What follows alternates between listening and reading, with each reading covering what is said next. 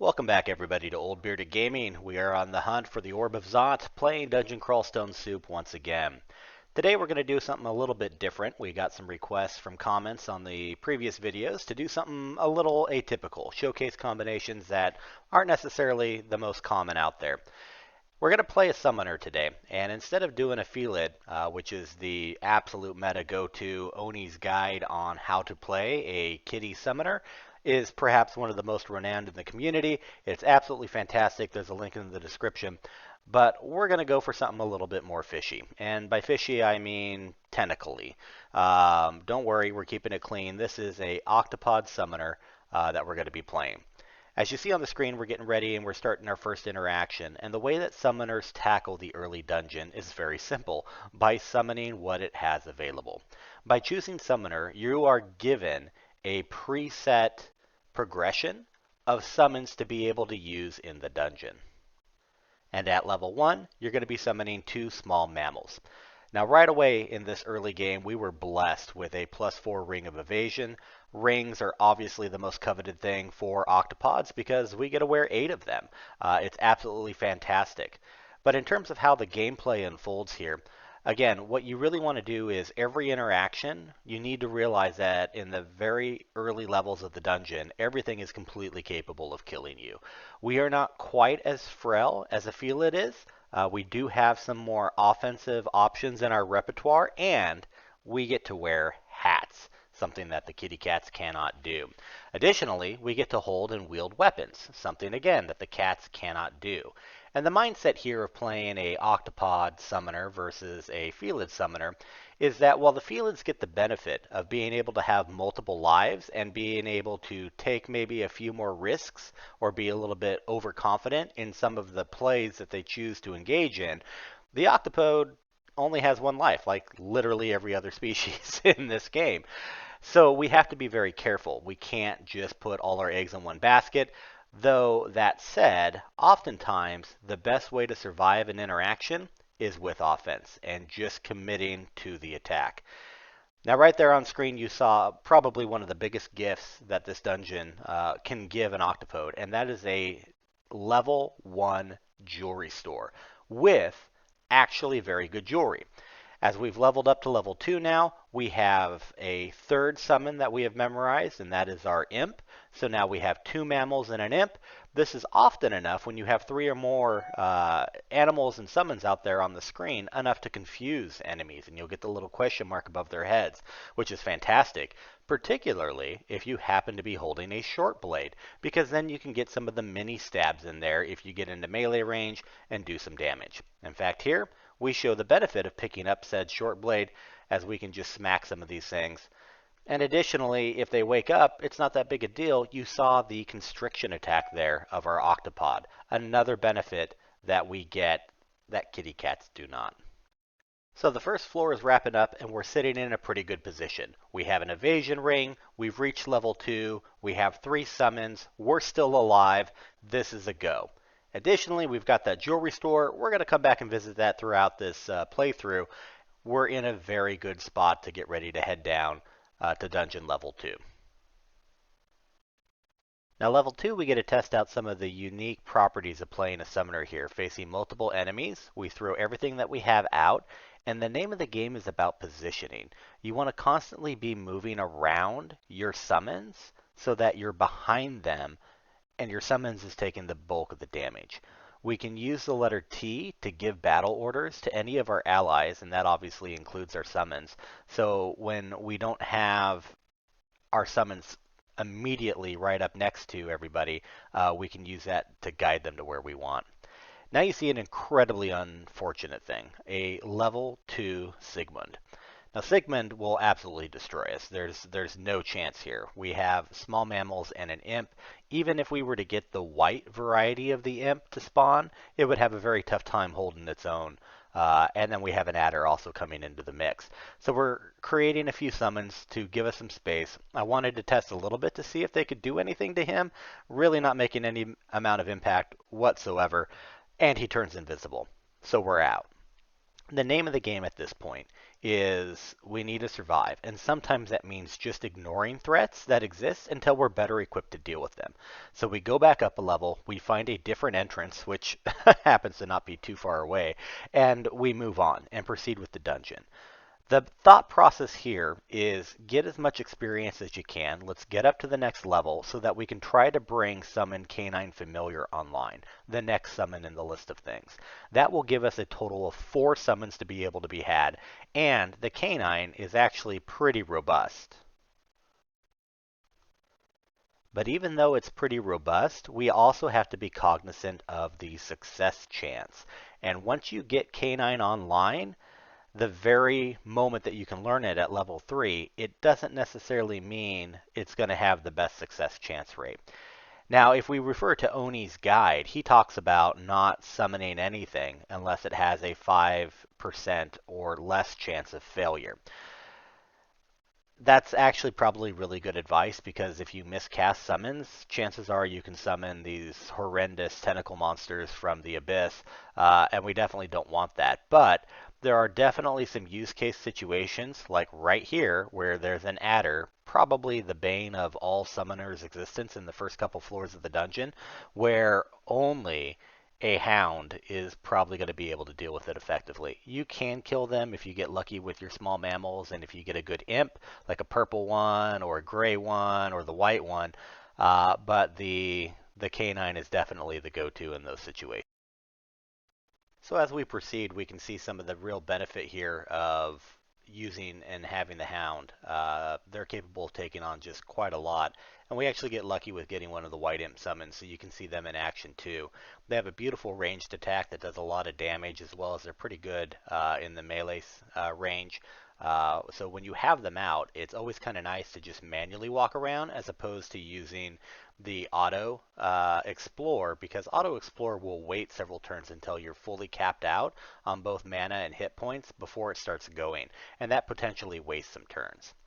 So now we're going to preemptively hedge our bet for the next summon, and that's turning on hexes and setting a target of 5.0. This is to get ready for the Guardian Golem. Which is a fun summon to play with. Takes a little getting used to, but basically is a big tank that absorbs damage, eventually gets ready to catch on fire, and a turn or two after that will explode in a 3x3 square around where the golem was and do some pretty good fire damage to everything around it. It's absolutely fantastic to have, can get you through a lot of tough situations and help you really kind of punch above your weight class and tackling some of the big baddies that exist in the dungeon. So we want to try to get that going a little bit sooner than normal. So at this point, like I said, we're XL4. We're turning that on. We can't even learn it till XL5. We just won't have enough spell point locations to be able to spend on it. So Sigmund makes his reappearance. We now have the Hound. He immediately gets scared and goes invisible. Now this is actually kind of fortunate because the Hound is one of the only summons that's capable of seeing invisible. We make a rookie mistake here, and that could have cost us the run right there. I got within melee range of Sigmund. Because he has a scythe, it has a reach attack, and apparently it has venom on it because that did some pretty crazy double venom damage there. So we immediately hightail it, get back out of there, heal back up, come back down, and Sigmund's ready, just waiting for us. So we put another hand out, he goes invisible. You can see the interaction in the text bar. You can verify that your hound is capable of trying to at least hit him. But Sigmund also has a flame wand, so he's able to hit us at range too. This is a pretty bad combination. So again, we're going to retreat, and we're just going to have to regroup and come at it from another angle. Sometimes you have to treat these interactions as a puzzle that needs solving, right? And you need to kind of pause and take a look at it. I do try to re-summon my imp a couple times in a row here to try to get a different variety. Doesn't end up working out. Sigmund's coming for me. Time to hop to the next location. My thought process then changes to how to overwhelm him with a just overwhelming show of force. So let's summon everything that we have, make our way towards that other stairs, and try to get him trapped. I know he's kind of coming up from behind from this area as I go towards those stairs. I don't really have much in my arsenal to be able to effectively deal with in terms of scrolls or consumables. But Sigmund's taken the bait, and he's gone into a single corridor where he's a little trapped. This allows the Hound to get some hits, and his health is actually going down pretty good. So I make a decision here to take a step closer, bring the bat in, and just let this play out a turn. He gets confused and overwhelmed, allowing extra damage to be done by the hit and taking him down. Lots of experience in the early game. We are XL5 and still on dungeon level 2. This is fantastic. It allows us to get our Guardian Golem memorized so we can start working towards bringing him online. It's just a win all the way around. We're actually going to backtrack and go pick up that scythe. I didn't mean to leave it. I get a little button happy from time to time, and I will tell you, it can absolutely end a run, so you got to be very careful with that and use the auto explore there. I got in a situation with 2 adders, but as a summoner, we were able to handle it. We're picking up the scythe because this is going to fundamentally change how we play the melee game from here. Our summons, generally speaking, we can just stand behind them while they do things. And now that we're getting the Guardian Golem online, he's a great tank. We want people to hit him, and we have a couple turns to get away from him before he explodes. That means we can get bonus shots in as an Octopode with a polearm that has the reach damage. This is going to change how things work going forward. So the dungeon provides an opportunity pretty quickly here to showcase how this works. We're going to see a group of orcs come up, and as a summoner, we're going to bring our summons out, and then we're going to switch over to our polearm and get behind our summon to reach past them to do damage to the orc. As it happens, we get in position, our hound goes poof, we're in a corridor, it's no big deal. We resummon the hound, immediately switch places with him, and we can then reach through and hit everything. It's that simple, it's incredibly effective, and it keeps us alive longer, taking less chances than otherwise. So we're going to speed up gameplay a little bit here, but while you're watching, I want to talk just briefly about some of the things to help keep you alive and the focus over these next couple levels here and floors of the dungeon. Basically, it's getting experience and staying alive. Practice with your positioning, practice getting your summons out there right, and analyzing situations that you come across. You'll see that I do a lot of auto exploring and moving around. I feel pretty confident and comfortable with the setup that I have, that if I come into a surprise situation, I'm going to know what I need to do to be able to adjust for it. I would recommend, until you get to that point though, treat each interaction as if it's your last. Play it slow. Get your summons out there early and ahead of time and take advantage of the strengths that you have. In my situation, it's, again, being able to be behind my larger summons and strike hits from behind that row. Incredibly effective. If you don't have a polearm early in the game, it's not a problem. Use what you have, though I will say the heavier and biggest swinger, the better. We're not putting any points into a weapon skill until we get a form online. Once we get our form online, we're going to be going unarmed combat, and we're going to talk about that a little later in the video to be sure.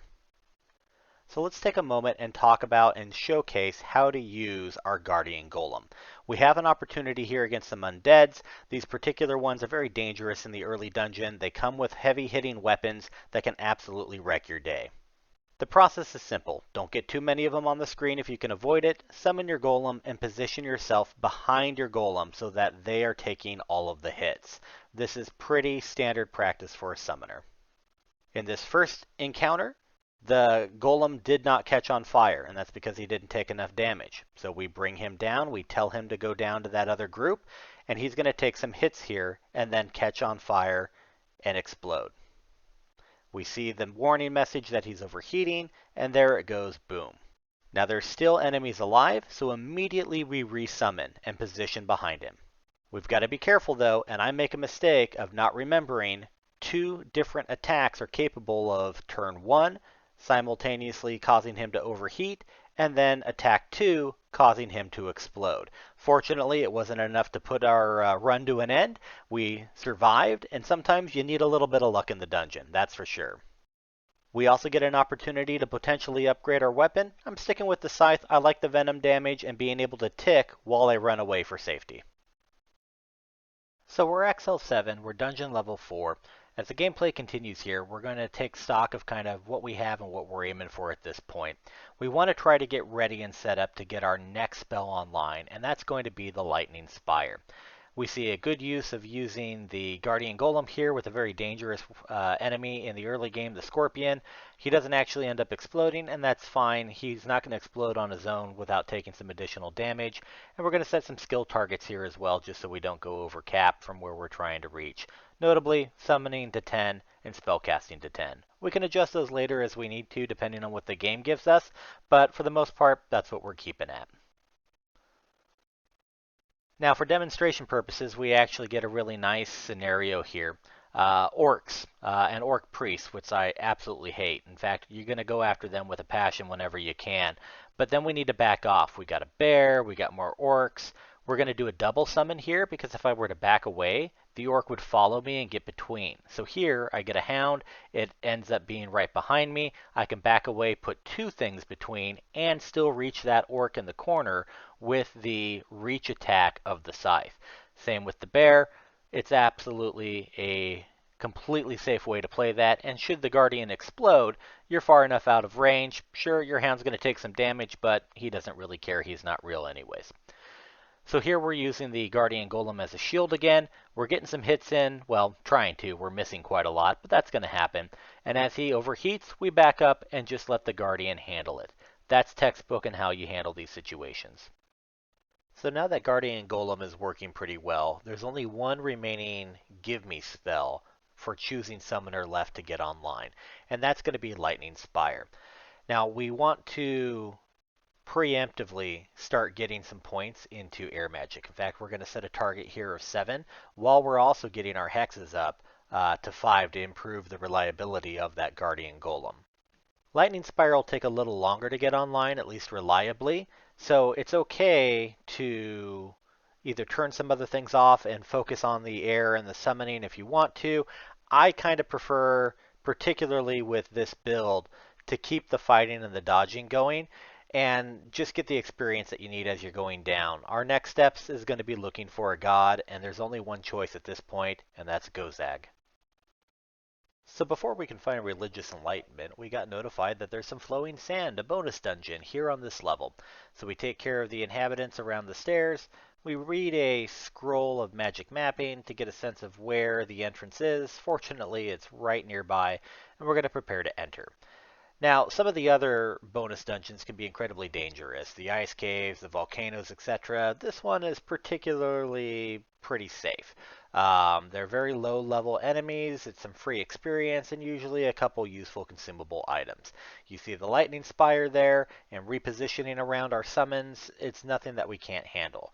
That spire actually works even better if you don't have any summons out because it won't shoot through anything that it perceives as living. And that can be a little bit of a problem when you throw it out and then you throw your other summons out there. An interesting side note, though, it will shoot through the Guardian Golem. So you can use those two in tandem. In fact, that's actually pretty common practice through a lot of the mid-level of the dungeon. Get a Spire going, get a Golem to go keep them at bay, and just stand behind everything and watch.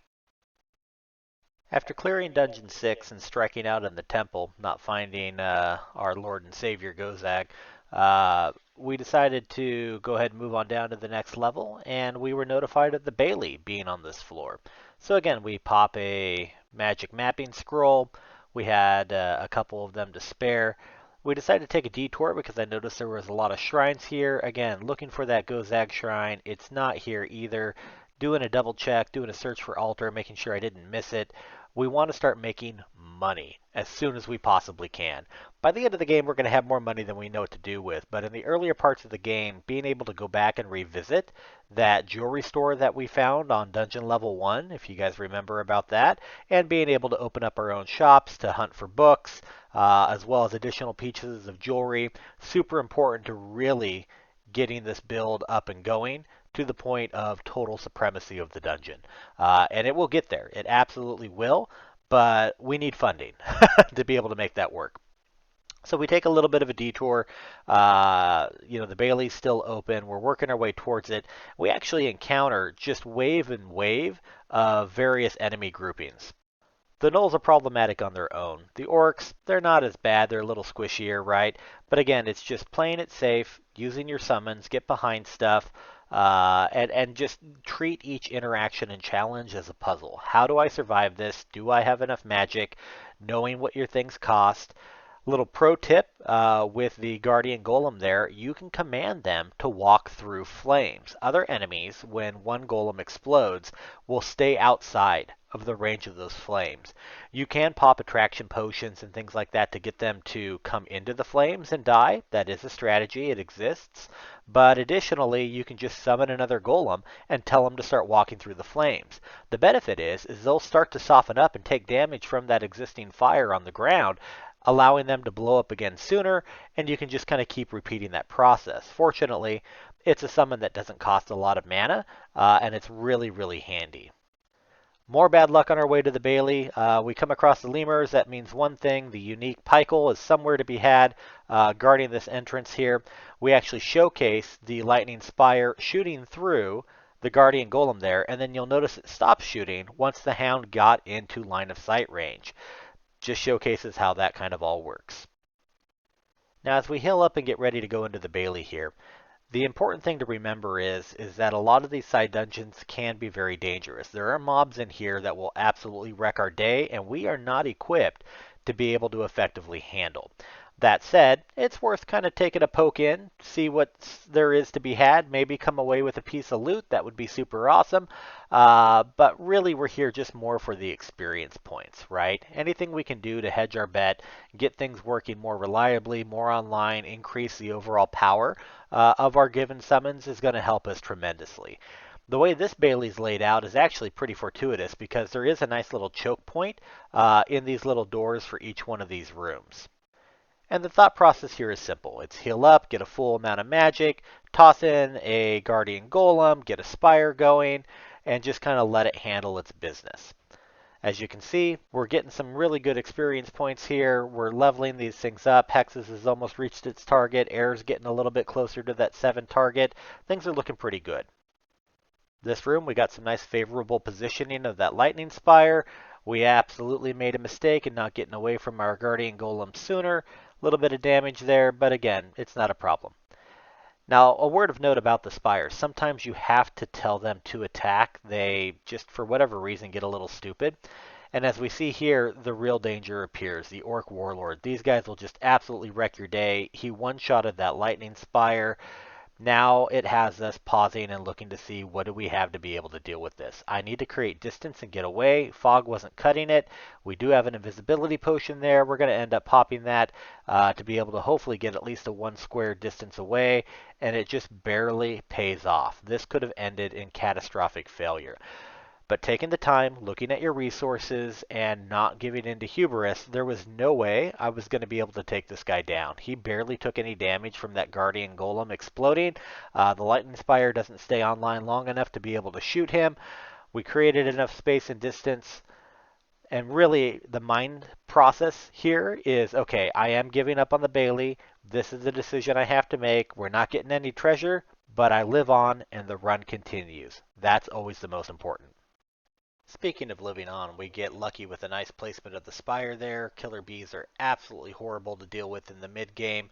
Very dangerous. They tend to get around the summons. Positioning is super key and crucial, honestly, for being able to effectively deal with them.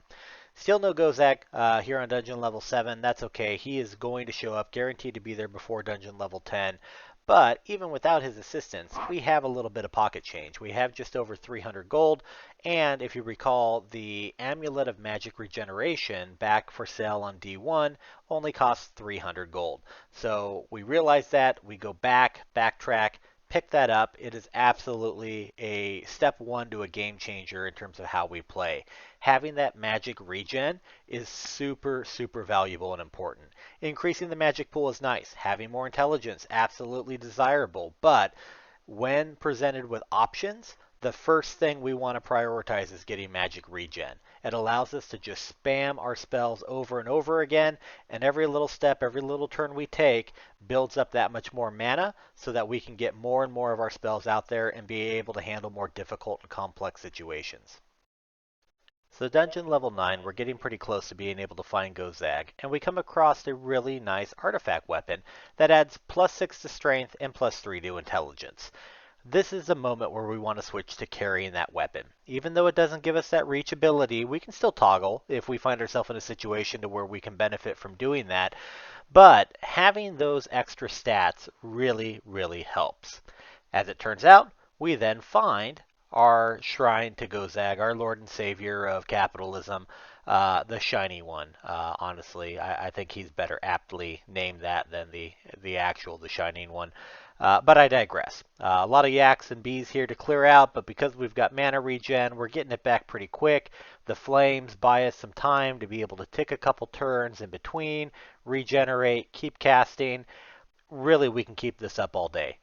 We can clear anything that's coming through, at least as far as those guys are concerned. It's when they start one-shotting your golem before he explodes that it runs into a problem. As it is, Gozak's not happy it took so long to find him. He wants more money than we have. That's because we spent some money. So he wants his cash. And not surprisingly, that's going to take just a little bit of our time to be able to do. In fact, as it is, we'll need to dive down into dungeon level 10 and pretty much clear that thing out to be able to come across enough money to be able to make this all happen. To be perfectly honest, though, whatever it takes, because once we start worshiping Gozag, everything that we kill is going to turn into cold, hard gold. And that's exactly what we're going to be able to need to really kind of take things and elevate things to the next level. A word of caution about this particular point in the game. We're dungeon level 10. We've now got Gozag. We're feeling pretty confident about the interactions that we've come across. A quick check of the spells there. And we don't really have everything that we're looking for to really take things to the uber level, if you will, of making this run and playthrough almost completely trivial. Those key elements are going to be finding Stormform and Manifold Assault. The combination of those two is absolutely game-winning. Honestly, no matter what species you begin with, and even without being a summoner, there's other ways to get that online. As you see, we're clearing through dungeon level 11, and this is where quite a lot of these runs, particularly with Octopode, come to a crashing end. Is because of our combination of the Guardian Golem, the Lightning Spire, we're able to handle some situations that, and particular mobs that maybe we wouldn't be otherwise. And it gives you a false sense of confidence. And that's the downfall of every dungeon crawler, honestly. A great example of that is this two-headed ogre. Pretty simple, take it down with a couple of summons. We're gaining great experience. We're making money. It's easy to say, okay, let's just keep going down the rabbit hole. Get down to that next layer of the dungeon. Dungeon level 12 actually has a really bad track record for me. It's easily where I splatted countless number of Octopode runs in preparation of filming for this particular species and background combination. I kept feeling, and I do now in this run, overconfident in the abilities of the character to be able to successfully clear this floor and the floor after that, right? Without just diving straight into lair. Usually what's going to happen is you're going to come across some unique that's really just going to completely derail it. And in our particular situation, it's going to be Azrael. Now, Azrael is pretty much fire immune, which is a problem because that's our biggest source of damage with our Guardian Golem. Though I did want to take a peek and see just how much damage would it be able to do. I got myself backed into a corner there. I knew I needed to pop a teleportation scroll, and fortunately it took me actually pretty similar near the action, but that would actually end up being unfortunately. We'd get ourselves definitely into a bit of a jam here. And when you're trying to make that last ditch effort to get out, you really need to evaluate all the assets, every consumable, everything in your repertoire to be able to survive and get out of it. And sometimes you just may not have the answer. Fortunately, in this situation, I would have an answer. As you see here, we get a double whammy. The Guardian explodes. I get hit with an AoE blast from Azrael. It's not looking pretty. As I'm running away, I'm realizing I can't make it to those stairs. I have one shot, and that's hopefully that he's vulnerable to fear. As it turns out, He is, and that's going to cause him to go in the other direction, allowing me to be able to make a beeline for those stairs and survive the interaction. So we pop it. We see the exclamation mark. He's afraid, and we get away. I do not hesitate at this point to do a quick search for how do we get to Lair, because that's where we're going. We will pick up part 2 of the series, going from Lair through some of the S branches. Thanks for hanging out with Old Bearded Gaming. I look forward to seeing you for the next part of this series of Octopode-Summoner. Until then, take care, cheers, have a good day.